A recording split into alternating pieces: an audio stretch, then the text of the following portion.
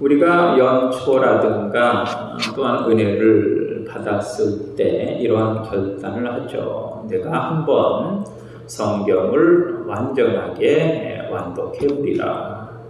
성경을 처음부터까지 한번 일독해 봐야지 하고 이렇게 결심하고 결단을 하고 성경책을 펴게 됩니다. 그리고 첫 번째 우리가 만나는 책이 바로 창세기 아닙니까? 이 창세기는 참으로 흥미진진하죠. 그 내용이 잘 짜져 있고 또한 우리에게 무한한 기쁨도 주는 그런 내용으로 진행이 됩니다. 하나님의 천지 창조, 인간의 타락, 하나님의 심판, 그리고 인간의 교만으로 바벨탑을 쌓다가 무너지고 믿음의 조상인 아브라함, 이삭, 야곱, 요셉의 이야기가 스펙타클하게 이렇게 전개되어져 나갑니다. 그래서 단숨에 이 창세기를 읽고 그 다음 만나게 되는 책이 바로 출애굽기 아닙니까? 출애굽기도 초반부에는 아주 쉽게 읽을 수가 있습니다. 430년 동안 애굽에서 종살이하던 이스라엘 백성들을 하나님께서 모세를 통해서 출애굽을 시키는데 바로에게 10가지 재앙을 내리시고 홍해를 마른 땅처럼 그렇게 갈라서 건너는 그 이야기가 그렇게 아름답게 펼쳐져 나갑니다. 그래서 이 부분도 단숨에 읽어버리는데 문제는 모세가 시내산에 도착해서 모세가 시내산에 올라 하나님으로부터 율법을 받는 데부터 큰 산을 만나게 되는 것입니다. 산에 올라가서 하나님 앞에 율법을 받는 것까지는 좋았는데 갑자기 하나님께서 성막 만드는 설계도를 하나하나 설명하는 그러한 모습이 바로 이 출애굽이기 때문이죠. 왜 이것을 읽어야 하는지, 왜 굳이 성막을 만들어야 하는지, 성막의 설계도를 알아서 못하는지, 이것을 건너뛸까, 너무 지루하다, 따분하다 이런 여러 가지 마음감이 교차하게 되죠. 하지만 그럼에도 불구하고 성경을 읽기로 한번 결단을 했으니까 끝까지 참아보자, 견뎌보자 라고 출애굽기를 끝까지 읽어냅니다. 그리고 만나게 되는 세 번째 책이 레위기인데 이 레위기를 만나게 되어지면 도저히 더 이상 읽지를 못하고 생각이 느슨해지고 결단과 결심이 막 흔들리고 결국은 성경 읽기를 포기하는 그런 일들이 벌어지고 하는 것입니다. 그래서 성경 읽다가 이 레위기를 읽지 못해서 성경 읽기를, 성경 일독을 그렇게 포기하거나 중단하는 일이 참으로 많습니다.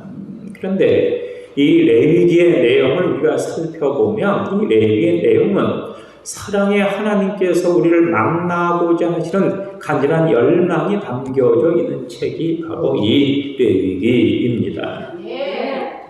사실 죄인된 우리가 거룩하고 공의로운 하나님을 만날 수 없습니다. 왜냐하면 죄의 싹은 사망이기 때문에 죄인으로서 거룩한 하나님을 만나는 것은 불가능한 일이라고 하는 것이죠.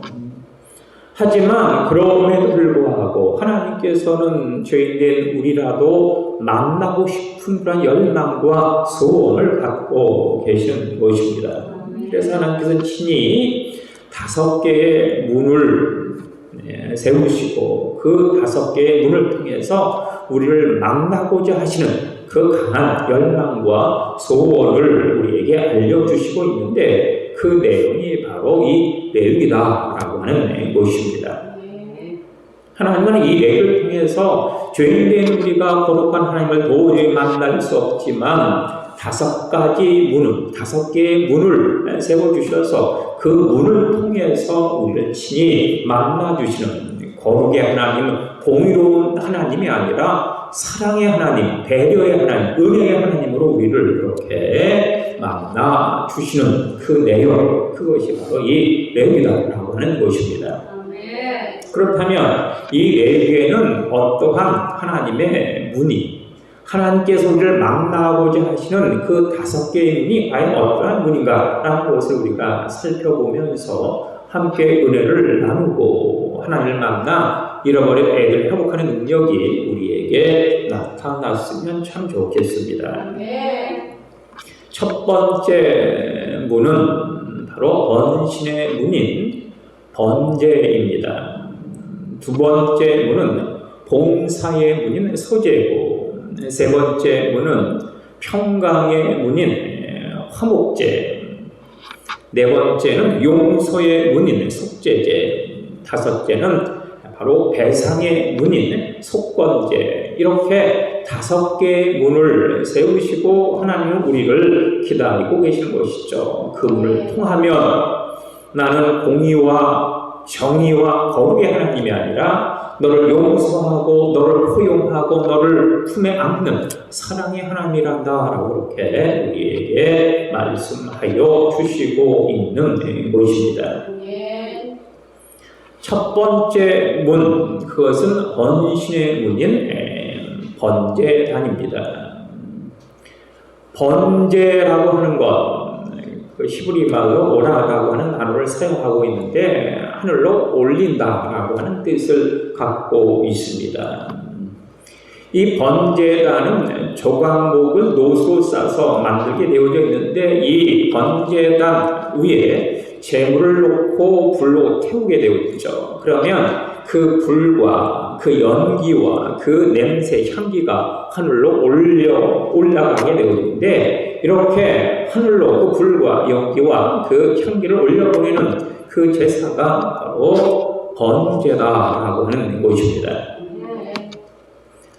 이스라엘 백성들이 이 홍해를 건너 출애굽한 후에 하나님의 그 은혜와 엄청 그 놀라운 사랑을 잃어버리고 먹을 것이 없다, 목이 마르다, 불만과 원망을 쏟아놓다가 그만 사막에 있는 불변에 물려 죽게 됩니다. 이때 모세가 하나님 앞에 간절히 기도하죠. 이 백성들을 용서해 주십시오라고. 그러자 하나님이 응답해 주셔서 녹뱀을 장대 끝에 매달아라. 그리고 그 녹뱀을 바라보는 자마다 나음을 얻으리라. 이렇게 치유책을 마련해 주셨습니다. 이 녹뱀이 상징하는 것이 바로 이 녹제단이고, 이 녹뱀은 이 신약시대에 오게 되어지면 십자가로 상징되어지는 것이죠. 이 녹뱀은 바로 십자가, 이 십자가 바로 녹제단이다, 번제단이다 라는 사실을 알 수가 있고, 십자가에 달리신 예수님은 번제단 위에 제물이구나 하는 것도 우리가 충분히 헤아릴 수가 있습니다. 이 번제에는 5가지 과정이 필요합니다. 첫 번째 과정은 번제를 드리고 싶은 사람이, 죄를 지은 사람이 성막으로 번제물은 소나 양이나 염소 수컷을 번제물로 하나님께 드리는 것인데, 그런데 이 소나 양이나 염소가 없다면 그 사람은 하나님 번제를 드릴 수 없는 것일까? 아니죠. 이 사람은 집 비둘기, 혹시 집 비둘기도 없다면 산에 올라가 산 비둘기를 잡아다가 하나님 앞에 번제물로 드릴 수 있습니다. 이 번제를 드릴 사람이 번제물을 제사 앞에 가져오게 되어지면 제사장은 이 번제 드릴 사람과 이 번제물 양머리 위에 함께 안수를 하게 되어지죠. 그래서 이 죄 지은 사람의 죄가 이 번제물로 전이시키는 그러한 안수 기도를 하게 되는 것입니다. 그러면 이 사람이 지은 그 범죄와 허물이 이 제물에게 옮겨지는 것입니다. 이때 이 죄와 허물만이 옮겨지는 것이 아니라 이 번제를 드리는 사람의 마음과 뜻과 정성도 함께 옮겨지고, 그 사람의 몸도 함께 옮겨지고, 그 사람의 생명까지 함께 옮겨진다고 하는 의미를 갖고 있습니다. 그래서 이 번제는 헌신의 문이다, 이렇게 이야기할 수 있습니다. 나의 전부를, 나의 몸을, 나의 생명을 하나님께 드립니다 라고 하는 것이 바로 이 번제물에 안수하는 첫 번째 과정이죠. 두 번째 과정은 이 제물을 번제 드릴 사람이 가져오게 되어지면 제사장은 그 번제물을 결박을 하게 되죠. 결박한다라고 하는 것은 무슨 말입니까? 번제물이 반항을 하거나 도망치지 못하게 하는 것이 바로 이 결박의 과정입니다.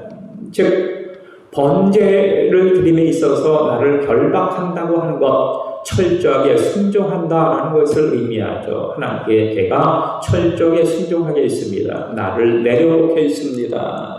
하나님께 나를 다 내어 맡기겠습니다 라는 의미로 그 번제물을 결박을 합니다.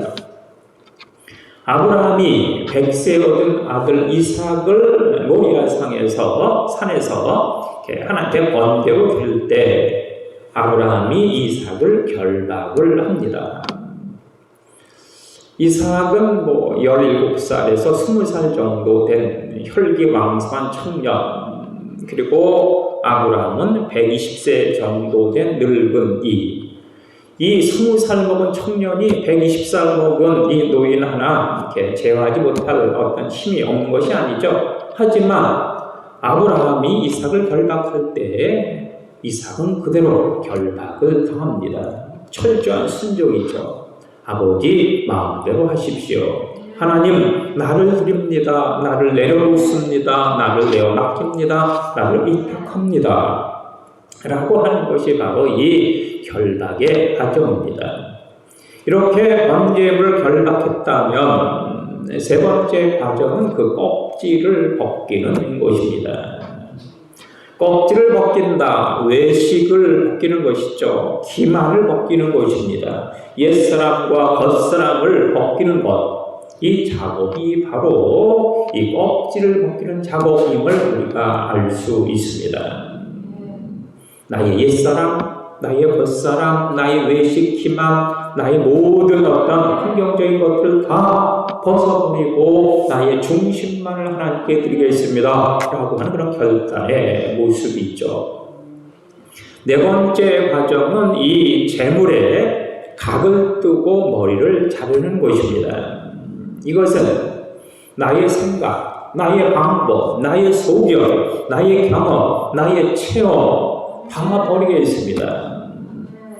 내 생각, 나의 방법, 나의 경험이 아니라 하나님의 뜻과 하나님의 섭리, 하나님의 말씀, 하나님의 경륜대로 내가 끝까지 따르겠습니다. 순종하겠습니다. 철저히 복종하고 순종하겠습니다 라는 의미가 포함이 되어져 있는 것입니다.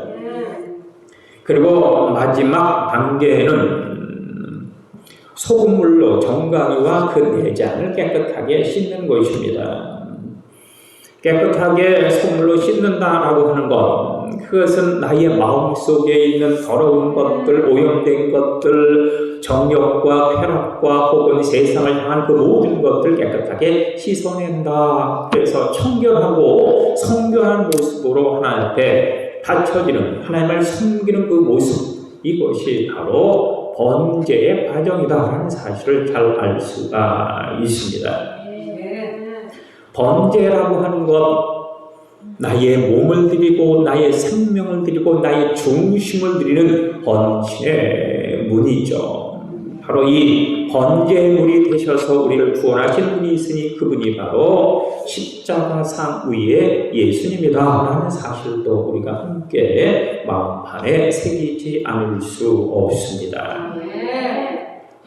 두 번째 문은 봉사의 문, 소제입니다. 이 소제라고 하는 것은 이 레위기에 등장하는 5개의 제사 중에 유일하게 피가 없는 제사, 곡물로 드리는 제사가 바로 이 소제입니다. 그런데 이 소제에는 반드시 첨가해야 하는 것이 있습니다. 소제에 첨가하는 것, 그것은 기름, 두 번째는 유향, 세 번째는 소금, 이 세 가지를 반드시 곁들여야 하죠. 기름이라고 하는 것은 성령의 기름이요, 유향이라고 하는 것은 기도의 향기요, 성도의 향기입니다. 소금이라고 하는 것은 바로 신앙생활의 맛이요, 그리고 세상의 부패와 썩음을 방지하는 방부제의 역할이 바로 이 소금이다라는 것을 알 수가 있습니다. 소제에는 반드시 기름과 유황과 소금이 첨가되어야 된다. 그런데 이 소제에는 절대로 넣어서는 안 되는 것이 또 하나 있으니, 두 가지가 있으니, 그것은 바로 누룩과 꿀을 이 소재에 넣어서는 안 된다라고 하는 규정이 있습니다. 누룩이라는 것이 무엇입니까? 누룩은 발효하는 습성이 있습니다. 발효해서 이렇게 부푸는 교만, 자기 기만 혹은 죄악과 허물을 이렇게 키우는 그런 것이 바로 누룩이다라고 하는 것이죠. 그래서 나를 기만하거나 외식하거나 부풀리거나 혹은 죄악과 범죄가 그렇게 들어서는 안 된다는 의미로 누룩을 넣어서는 안 되죠. 그리고 꿀을 넣어서도 안 됩니다. 꿀이라고 하는 것, 세상적인 재미, 쾌락, 흥미를 의미하는 것입니다. 나는 세상의 쾌락과 흥미와 즐거움을 버렸습니다. 오직 하나님께만 올인하겠습니다는 의미로 꿀을 넣어서도 안 되죠. 이렇게 꿀을 넣고 혹은 유황을 넣고 꿀과 이 누룩을 넣지 않고 기름과 유황과 소금을 넣는, 그래서 이 포도주와 기름을 넣는 이것을 갖다가 전제다 이렇게 표현을 하게 되는 것이죠. 번제라고 하는 것은 불로 태워서 화제이고, 소재 역시도 불로 태우는 과정도 있고, 또한 이 기름과 유향과 이 포도주를 붓는 그런 과정에 있어서 전제라고도 하는 그런 방법으로 소재를 드리는 이런 모습을 우리가 볼 수 있습니다. 그런데 이 소재를 드릴 때는 반드시 그 곡물을 빻아야 하고 부숴야 하고 또한 갈아야 하고 가는 채로 이렇게 걸러내야 하는 그런 과정을 거치게 되어지죠. 그래서 아주 가늘고 고운 그 가물만을 하나님께 드리는 이 모습을 볼 수가 있습니다. 하나님께서는 깨어지고 뼈죽거리고 혹은 이렇게 모난 그 심령이 아니라 부드럽고 온유한 그 심령을 원하신다. 철저한 작업과 회개와 순종과 걱정에 삶을 원하신다라고 하는 것을 우리가 충분히 여기서 잘 알 수 있는 부분입니다. 그리고 이 소재라고 하는 것은 상번제, 아침과 저녁으로 번제를 드리다시피 이 소재 역시 상소재, 아침과 저녁으로 매일매일 드리는 그 제사가 바로 이 소재입니다. 갈멜산에서 엘리야가 850명의 이방 선지자, 바알 선지자 450명, 아세라 선지자 400명과 함께 대결할 때 이 엘리야가 나섰던 시간, 그 시간이 바로 저녁 소재 시간이었습니다. 저녁 소재 시간, 이스라엘은 해가 지면서부터 하루가 시작이 되는 것이죠. 오늘날로 이야기하면 새벽기도 시간입니다. 이 엘리야는 혼자 850명을 상대로 해서 하나님께 기도한 것이 아니라 이스라엘 백성 전체가 기도하는 그 기도의 힘을 빌어서 하나님께 기도함으로 하늘에서 불이 내리는 능력이 나타났다라고 하는 사실을 우리가 여기서 잘 알 수가 있습니다. 바로 소재는 하나님 앞에 매일매일 일상적으로 드리는 우리의 새벽 기도다. 항상 기도하라 라고 말씀하시는 그 말씀에 따르는 것이다 라는 것도 우리가 분명하고 우리 마음판에 새기지 않으면 안 되는 것이죠. 세 번째 문은 평광, 화평의 문인 바로 화목제입니다. 사실 가장 큰 화목의 주제는 하나님과 우리 아이의 화목입니다. 아담과 하와가 에덴 동산에서 하나님께 불순종함으로 말미암아 쫓겨남으로 인해서 결국 하나님과 인간이 불화한 그 첫 번째 모습을 우리가 보게 됩니다. 우리가 이 땅에서 불화한 첫 번째 대상은 바로 하나님이시다 라고 하는 것입니다. 하나님과 인간이 불화함으로 말미암아 이 땅의 모든 고난과 역경과 아픔과 슬픔, 눈물, 탄식, 죽음과 그 사망이 찾아왔다라고 하는 것이죠. 그래서 화목제에서 가장 먼저 화목해야 할 대상은 바로 하나님이십니다. 하나님과 화목하기 위해서. 그리고 두 번째는 에덴 동산에 쫓겨난 인간, 결국 가인은 아벨을 쳐 죽이고 말지 않습니까? 결국 사람과 사람 사이가 불화하게 되어지고 싸우고 전쟁을 시기하는 그런 문제가 발생하는 것입니다. 첫 번째 화목의 대상은 하나님이시고 두 번째 화목의 대상은 사람과 사람이죠. 그리고 세 번째 화목의 대상은 바로 나 자신입니다. 우리는 때로 나도 나를 잘 몰라. 나도 내가 왜 그런지 몰라. 나는 하나가 아닌가 봐 라고 하는 생각을 할 때가 많이 있지 않습니까? 내적으로 갈등하는 경우가 참으로 많이 있습니다. 그래서 나와 나 사이를 화해하고 화목하는 그 과정이 바로 이 화목제다라고 하는 것. 그래서 이 화목제는 세 가지 제사가 있는데 첫 번째는 감사제입니다.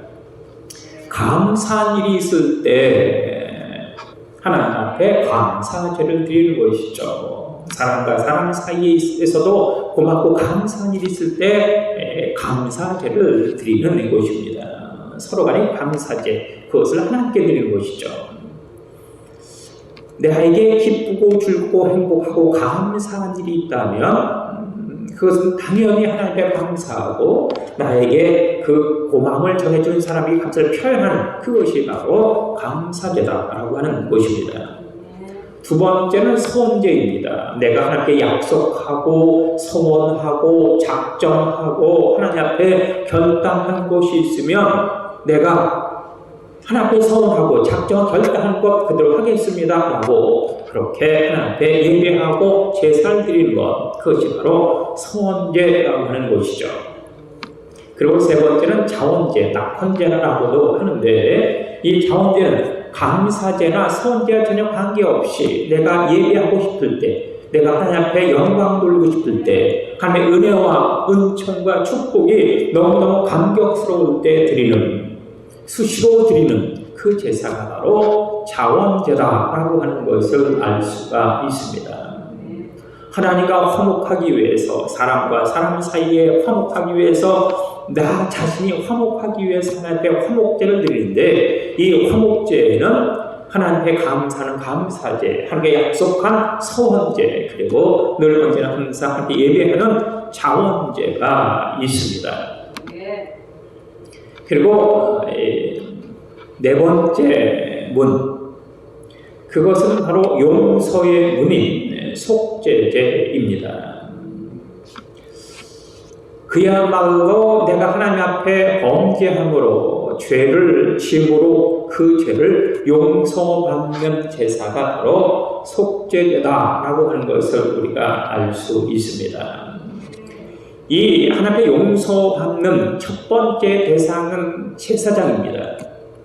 하나님 앞에 백성들의 모든 죄를 용서해 달라고 하나님 앞에 제사하는, 제사를 집례하는 이가 제사장 아닙니까? 그런데 제사장 자신이 범죄하였다면 그 제사가 통하지 않습니다. 그래서 첫 번째 하나님 앞에 속죄제를 드리는 대상은 바로 제사장이죠. 제사장이 자신의 모든 죄악을 용서받기 위해서 먼저 속죄제를 드리는 것입니다. 두 번째 속죄제의 대상은 모든 백성들, 제사장이 관리하는 모든 백성들, 모든 교인들, 그들이 바로 속죄제의 대상이죠. 모든 백성의 죄를 속하는 제사, 바로 속죄제입니다. 그리고 세 번째 속죄제의 대상은 위정자들이죠. 국가의 지도자들, 리더자들이 바로 속죄 대상입니다.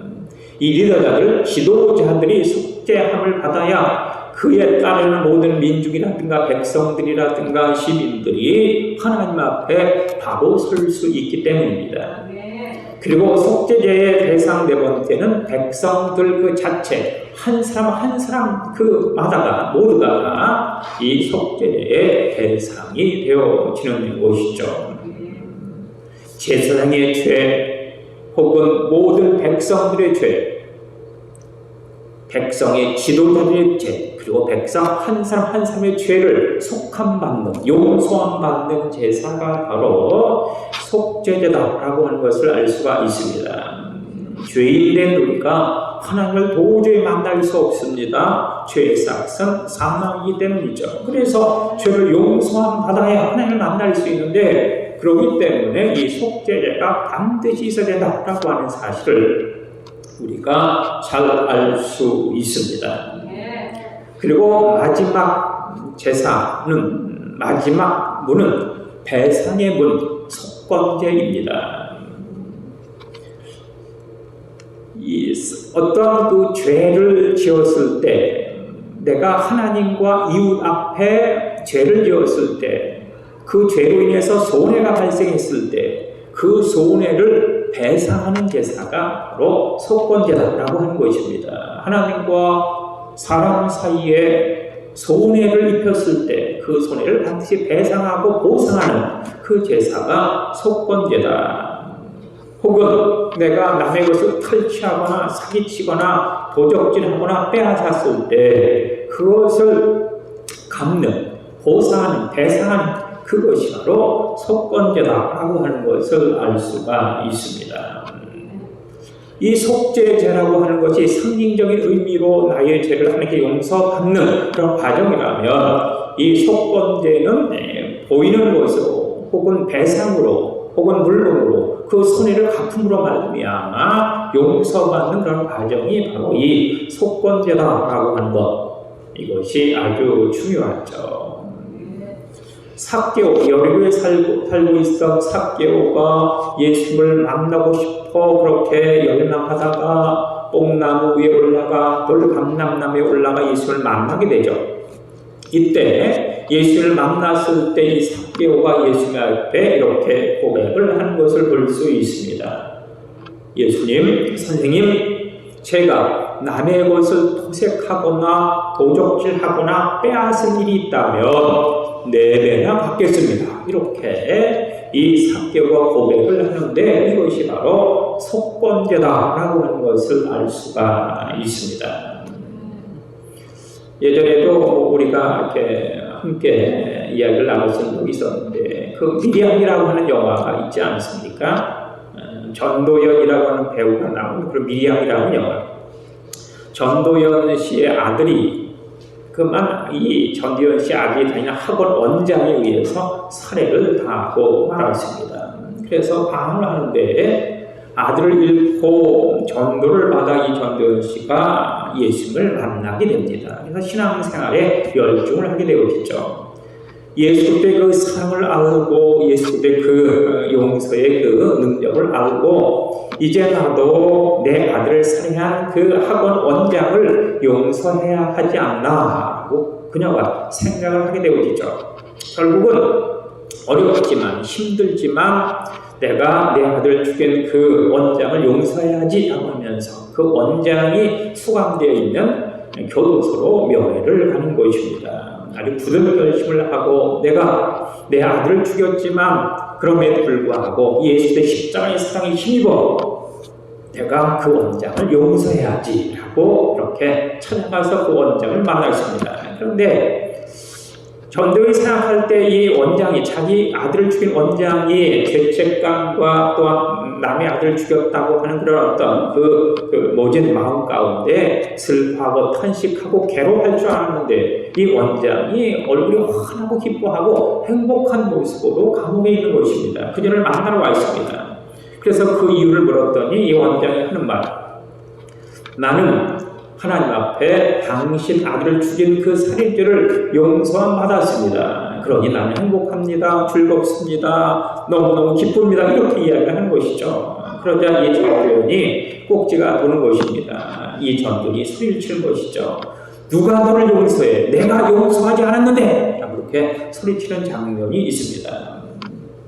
이 전도연 씨의 아들을 죽인 원장이 모르는 것이 하나 있는데, 이 원장은 바로 이 속건제를 드려야 하는데 속건제를 드리지 못했다. 그의 용서는 진정한 용서가 아니다 라고 하는 것을 알 수가 있습니다. 그가 하나님 앞에 속죄를 드려서 하나님께 용서받았을지는 모르겠지만, 전도연 씨에게 용서받지 못했기 때문에, 속건제가 이루어지지 않았기 때문에 그의 죄는 용서받지 못했다라고 하는 것을 우리가 알 수 있죠. 이처럼 하나님을 만나기 위해서는 이 5가지 문을 통과해야 합니다. 번신의 문인 번제, 봉사의 문인 소제, 화평의 문인 화목제, 용서의 문인 속죄제, 그리고 배상의 문인 속건제, 이 문을 통과함으로 말미암아 사랑의 하나님을 만나고 우리가 하나님의 은혜와 능력과 축복의 주인공이 되어질 수 있습니다. 그런데 이 번제, 소제, 화목제, 속제제, 속건제는 드리는 방법에 의해서 그 구분이 되어지는데, 이 번제나 소제같이 불에 태우는 것을 화제 이렇게 이야기하고 있고, 번제와 이 소제 시에 포도주라든가 기름을 붓는 전제 방식도 있고, 이 화목제라든가 이 속제제, 속건제를 드릴 때 이 재물을 이렇게 앞뒤로 흔들어서 함께 드리는 것은 요제, 이 재물을 이렇게 붓으로 받아서 하늘로 이렇게 올려서 드리는 것을 거제라고 합니다. 불로 태울 수도 있고, 혹은 기름과 포도주를 부을 수도 있고, 재물을 앞뒤로 흔들 수도 있고, 재물을 위로 올릴 수 있는 그런 방법으로 이 제사를 드리게 되어 있다라고 하는 것을 우리가 알 수 있죠. 그리고 특별히 모든 제사는 매일매일 일상적으로 드려야 하는 것이지만, 특별하게 드려야 하는 날이 있으니 그것이 바로 절기라고 하는 것입니다. 이 레위기에 나와 있는 절기는 세 가지 절기입니다. 첫 번째 절기가 바로 유월절이죠. 유월절, 우리나라 말로 이야기하면 광복절입니다. 430년 동안 애굽에 종살이 하다가 풀려난 날, 그날이 바로 유월절이죠. 바로에게 10가지 재앙을 내릴 때 마지막 재앙이 애굽 사람들의 장자와 첫 새끼를 죽이는 재앙이었는데, 그런데 이스라엘 백성들의 집에는 어린 양의 피로 문설주와 문지방에 그 피를 바르게 되어져 있습니다. 이때 죽음의 천사가 장자와 첫 새끼를 죽이면서 문지방과 문설주에 어린 양의 피가 달려있는 그 집은 이렇게 건너뛰죠. 유월합니다. 그래서 애굽 사람들의 장자와 첫 새끼는 다 죽었지만 이스라엘 백성들의 장자와 첫 새끼는 죽지 않았다. 그래서 그날이 바로 유월절이다. 억압과 노예 생활과 죽음에서 해방된 날, 그날이 바로 유월절. 이는 곧 예수 그리스도께서 죄와 사망을 이기고 부활하신 부활절과 통하고 있습니다. 유월절은 그래서 우리가 지키는 부활절이다. 두 번째 절기는 초실절입니다. 초실절, 첫 열매로 하나님 앞에 제사 드리는 날이 바로 초실절인데, 이것을 오늘날로 이야기하면 보리 추수를 마치고 드리는 맥추 감사절이기도 하죠. 세 번째는 초막절입니다. 1년 농사를 마치고 하나님 앞에 제사하는 날. 오늘날로 이야기하면 추수감사절. 이렇게 이 세 절기 때 특별히 하나님 앞에 번제 혹은 소제, 화목제, 속제제, 속건제를 특별하게 드림으로 말미암아 하나님을 만나게 되어지는 것입니다. 하나님을 만난다라고 하는 것, 하나님을 만나지 못하면 심판과 정죄지만 하나님을 만나게 되어지면 용서와 사랑과 은혜와 축복이죠. 잃어버린 에덴의 회복입니다. 하나님께서는 우리를 간절히 만나기를 소원하여 주시고 있습니다. 왜? 에덴으로의 회복을 바라고 계시기 때문이죠. 그렇다면 우리가 어떻게 하나님을 만나 에덴으로 회복할 수 있을까?